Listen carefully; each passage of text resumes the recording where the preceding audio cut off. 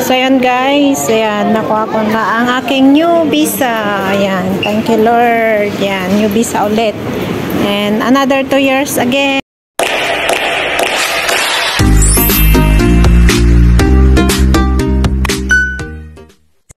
So, here's the requirements guys when you renew your contract. Especially when you are same boss. You renew with the same boss. Ayan. So, we have this 4 copy of the contract, the blue contract from yan, immigration. 4 siya guys.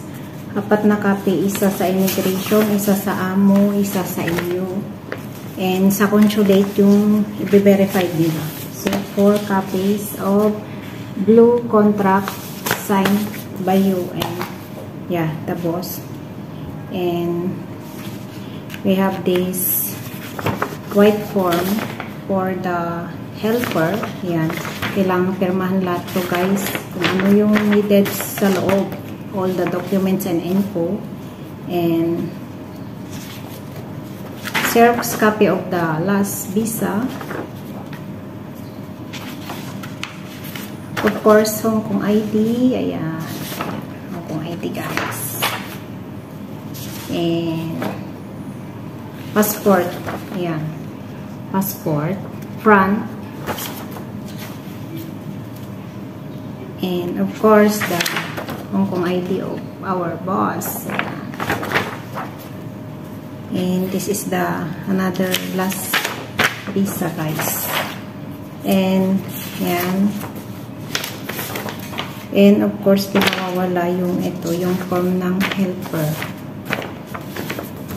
Yan, helper. Yung una pala guys is form ng employer. Information ng employer, and then isa is the helper guys. Yan. And of course, the old contract. Our old contract kailangan to guys. Yung old contract natin. Yan. And the booking. Kung nagpa-book kayo, kailangan siya. Yung QR code. Kung saan immigration kayo pupunta, yung booking. Importante yun guys. Yung booking niya. And yung immigration na pupuntahan ko is dun sa Putan. Kasi nga, ano na, fully book na dun sa May Lamtin. And of course, our Hong Kong ID. Kailangan din natin yung Hong Kong ID guys. And the passport. Yan, passport. Passport guys. Isa rin ito sa basic need. And of course, the money guys. Kasi ang alam ko na price ng visa is 230. So, that is the requirements guys when you renew the visa with the same boss. So, yan. Magre-renew na ulit ako guys for 7 contract in coming 14 years with the same boss. So, yan. Work lang ng work. Habang malakas pa. And gusto pa tayo ng boss natin. So yun. Yun yung requirements. And later guys, I'm going to show you how to go to the Putan immigration on August 4. It's my schedule there. So, join me guys. Hi guys, so yun. Today is Monday, August 4. And ito yung appointment time ko dun sa may immigration sa may Putan. So yan, let's go guys. Samahan niyo ako. And maulan pa naman yung panahon ngayon. So yan guys, let's go. So yan guys, sakay ako dito sa may Admiralty Station, yung S-Red Line going to Putan. All the way na siya kasi guys, yung S-Red Line, diretso na siya sa Putan. And my time is 2 PM. So I need to hurry. Hi guys, so dito na ako sa may Admiralty. And sakay ako ng S-Rail line going to Putan. Yan, maulan. Kagandahan lang kasi dito sa Hong Kong kahit maulan. Accessible yung mga places, hindi ka basta-basta mababasa. Especially sa MTR. So, yun, dito na ako sa mga Thank you. So yan guys, is your line Admiralty? On the way, yan. Sa baba pa to guys.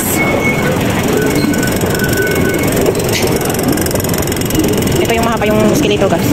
Ay, yung isa sa baba pala yung mas mahaba. So yan guys, at ito na ako sa may train going to Bhutan. Yung Israel line guys. Ito is going to Lulu. So let's see how many hours is 12:55. 12:55 alis niya dito sa Admiralty. So let's see how many hours until how many minutes until doon sa Bhutan. Yan, lakas ng ulan guys. Kasi today Monday, malakas ang ulan dito sa Bhutan.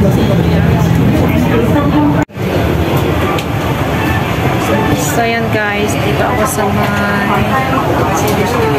Israel line going to Bhutan.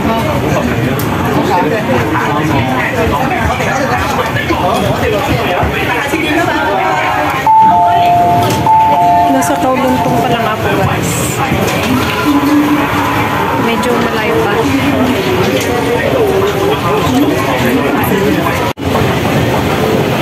So dito na ako sa may Bhutan guys. Hanapin ko yung exit C. Exit C yun eh, immigration. Ayun, immigration department. Ayan, ito yung puntahan natin. This immigration department, exit C. So, asan yung exit C? Ay, doon. Doon yung exit C guys. Ayan. So, ayun. I hope madali lang siyang kapalaso. May marketplace pala dito. So, magkatapat. 461. So, hanapin natin yung exit C. Exit C. And see the, diba? Kung immigration. Saan bang immigration dito? Lala. Bahala ka dyan. Pilipina ba? Saan yung immigration dito? Dito? Okay. Thank you. Oh, may maulan guys. So, yan. O, diba ang ganda ng first. And hanapin ko yung immigration. Hanapin ko pa yung immigration guys. Kunin ko yung dito. Wala kasing araw-araw dito ba? Kunin ko yung papel. Saan bang immigration? So, dito yung immigration guys. After nyo sa pag-exit nyo, matawid kayo dito sa may mga minibus station. And ito makikita nyo yung Palasyo. Palasyo pala. Ang ganda guys, oh. Ganda ng structure. And diretso lang. Mas madali kasing hanapin dun yung sa may, tawag dito sa may Shatin. Kasi may mga araw-araw where you find the immigration. Dito kasi wala. Kailangan pang anin yung Jubilee Street. Dito na ba yun? Oh. Ayun, Jubilee Garden. Ayan, Jubilee Garden. Dito siya guys. Ayan, Jubilee Square. Nalakas pa naman ang ulan guys. Ay. Lakas ng hangin. Jubilee Square. And ayan, walk lang siguro. Ayun siguro yung may stair. Sabi ni ate kanina. Immigration Department. Please go to First Floor Shopping Arcade. Immigration. Ayun siya. May sign naman siya. Oh. Kaso lang ang hirap na. Dito siguro. Ayun. Let's see if here. Ang hirap guys. Umbrella wala. Jubilee Square. Dito siguro yung immigration. Kita natin. Yung sa kabili.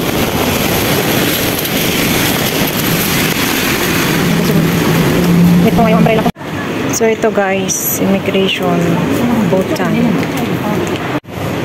So yun guys, 2 PM pala mag-start ng afternoon session nila dito, 2 PM. Yan, and then 1:45 pa lang, and then yung time ko is 2 PM. Ayan, hindi ko alam kung anong oras na. Yan, but that's okay. I'm here already. So, akala ko naka-ano na siya, naka-open siya. Break time kasi nila. So, bakit mabilis lang naman po sila. Hanapan na ng pila o.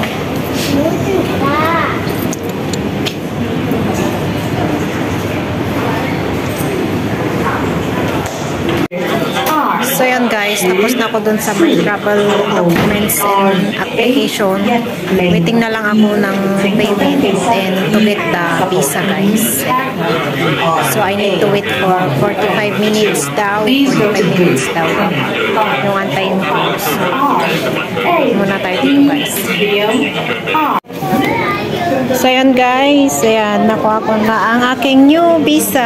Ayan, thank you Lord. Ayan, new visa ulit. And another 2 years again. So, grind lang ng grind para sa future. Yun. Oh, yun na guys. New visa again. So, I go back home na.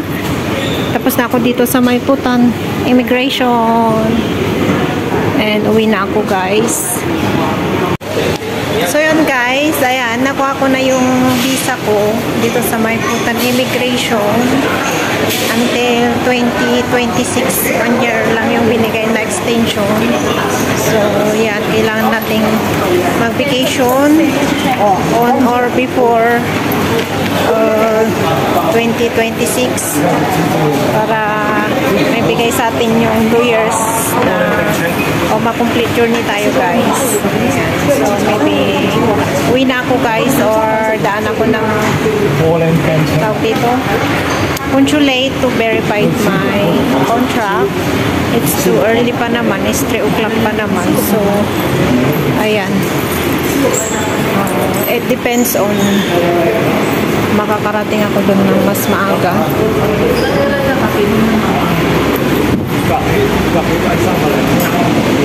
Sa tagal kasi ng mga tao. Tapos maulan pa.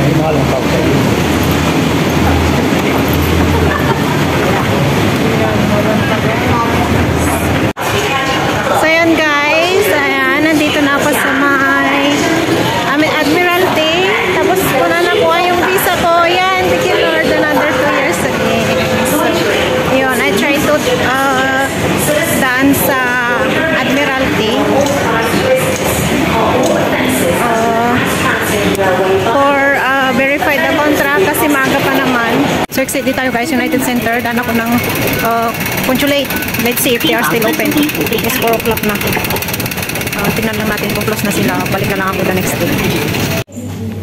So yun guys. Yan.